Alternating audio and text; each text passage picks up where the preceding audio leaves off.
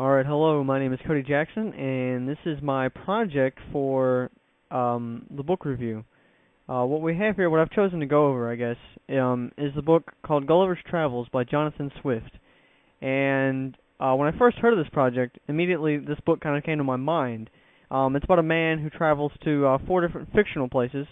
It's not real, of course, but he lives among their societies, and he tries to learn their behavior.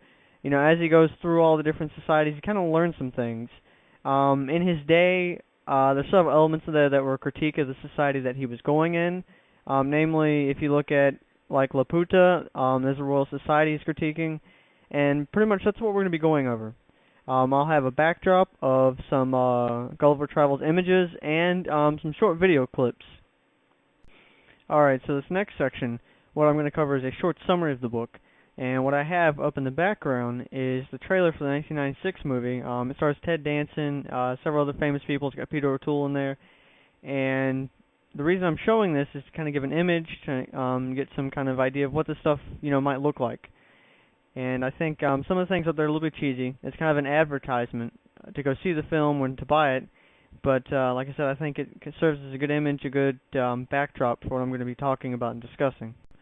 Gulliver is a ship captain and a surgeon, and what happens in his first voyage that he tells of is he becomes shipwrecked on the island of Lilliput, and that's where the countries Lilliput and Blefuscu are kind of war with each other. Now, the interesting thing about Lilliput is these people, and you can kind of see this in the trailer up above, are about 6 inches high. They're 1/12 the size of a normal man, and they're very small, and because of that, Gulliver kind of has a large impact on the kingdom. Also, what he observes in Lilliput is that they're kind of, they have simpletons rule, people with low intelligence, because they think that if you have low intelligence, you're not wicked enough to commit crimes. Both of the kind of native tribes in Lilliput and Blefuscu kind of want him to help them subdue the other. They kind of want to use him as a weapon to overcome the other power, and he doesn't really want to play into this. So, of course, they try to get him for treason, try to kind of hang him, and, somehow he manages to escape. And what happens, he gets home safely. Now, not having learned his lesson, of course, about being shipwrecked on crazy islands, he goes out again. And this time, he happens upon a kingdom called Brobdingnag. Now, if it seems like it took me a while to pronounce that, it's because it is kind of difficult. At any rate, this time it's kind of reversed. He's a very small guy this time around. And what happens here, they kind of view him as a novelty. So the first thing that happens is this farmer tries to kind of take advantage of his uniqueness, kind of try to exploit him, like maybe, you kind of would at a circus freak show or something. And he gets taken up by court, and they're kind of fascinated by him at the royal court. But what he notices is he can kind of see, because of his size, things that may look beautiful because you can't see them up close. Like, for instance, he talks about moles, and it's a very disgusting image. But he kind of sees imperfections in people because he's so small and they're so large. Everything that kind of might be wrong with him is kind of magnified. They build a small house for him, and of course, with this guy's luck, something goes wrong. An eagle comes and picks it up, and it kind of flies, away, and it somehow drops him into the sea. At any rate, as luck would have it, he kind of returns to England again. Now, his third voyage, he sets out, who knows why. But he gets attacked by some kind of pirates, and what happens is he lands up shipwrecked again.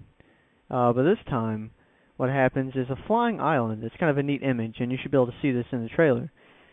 Shows up and saves him. Now, this island, it's his kind of way of critiquing the Royal Society because it's kind of fascinating. It's a flying island, and they're devoted to music and math, and but the real problem is they're not really helping anyone with that. They're not using it to advance society, and instead they seem to kind of be throwing rocks and other things at cities they think are rebellious.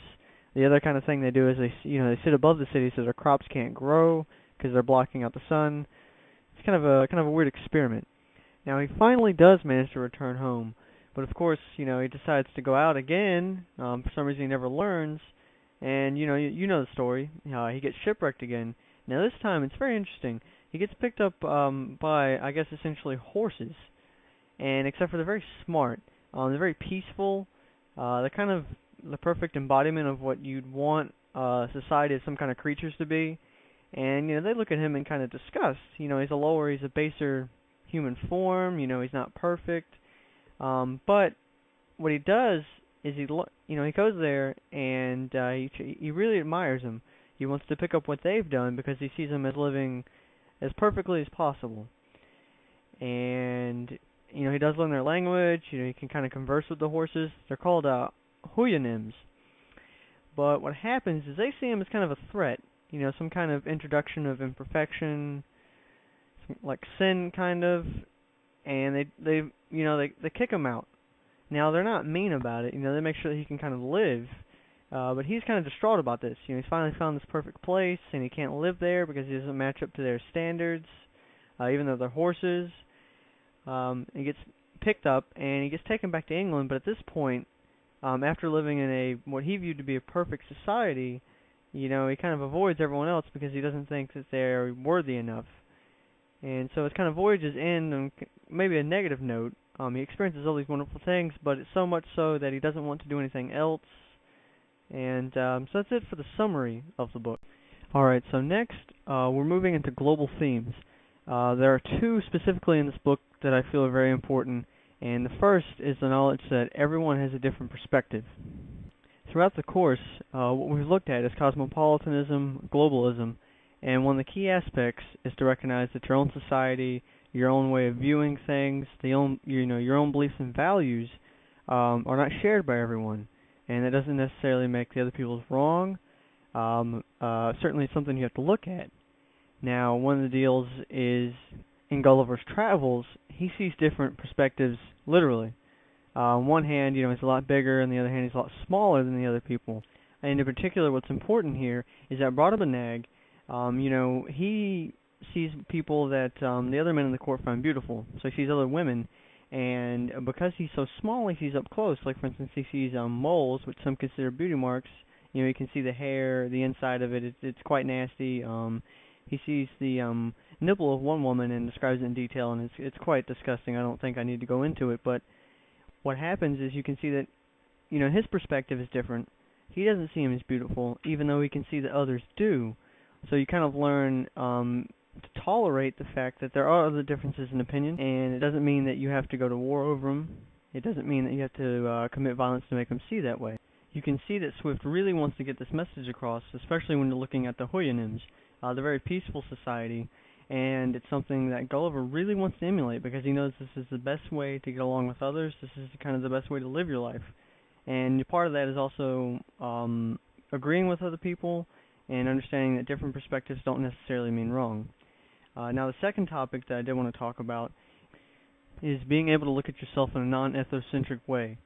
Being able to look at your society and critique it and understand that there are parts of it, that might need to be fixed so you can improve and work on it. In particular, in Gulliver's Travels, what Swift looks at is the Royal Society and how they aren't really providing a lot of usefulness for those outside of them. They're kind of wasting their academic talents. Another way you can view it is in the huyanims. He makes fun of the alcoholic beverage, alcoholic drinks. He makes fun of war. And he does this to kind of show that what you need to be able to do in order to be a cosmopolitan, in order to be involved in globalism, is be able to critique your own society. Be able to realize that it does have faults and that, they need to be changed in order to improve. Okay, so the final part of this project, the final part of this review, is to kind of look at what lessons can be learned from it. And from Gulliver's Travels and through, Swift, I think the biggest thing to learn is to have a critical eye towards yourself, towards your own opinions and ideas. And the reason for this is because we are living in a world that is becoming more globally interconnected. And this means that if you don't adapt those ideas that are good, those ideas that are great, if you believe that you have the correct perspective, you're the only one with the right idea, you're going to get left behind. Not only that, it can also lead to conflict. So I guess kind of to reiterate, you got to make sure that you take into account different perspectives and learn what you can from those. Understand that you're not the only one with good ideas. I think that's the way that you can learn to kind of live in a global world. And I think this is something that Gulliver's Travels, written by Jonathan Swift, several hundreds of years ago, can still have lessons and can still teach us today.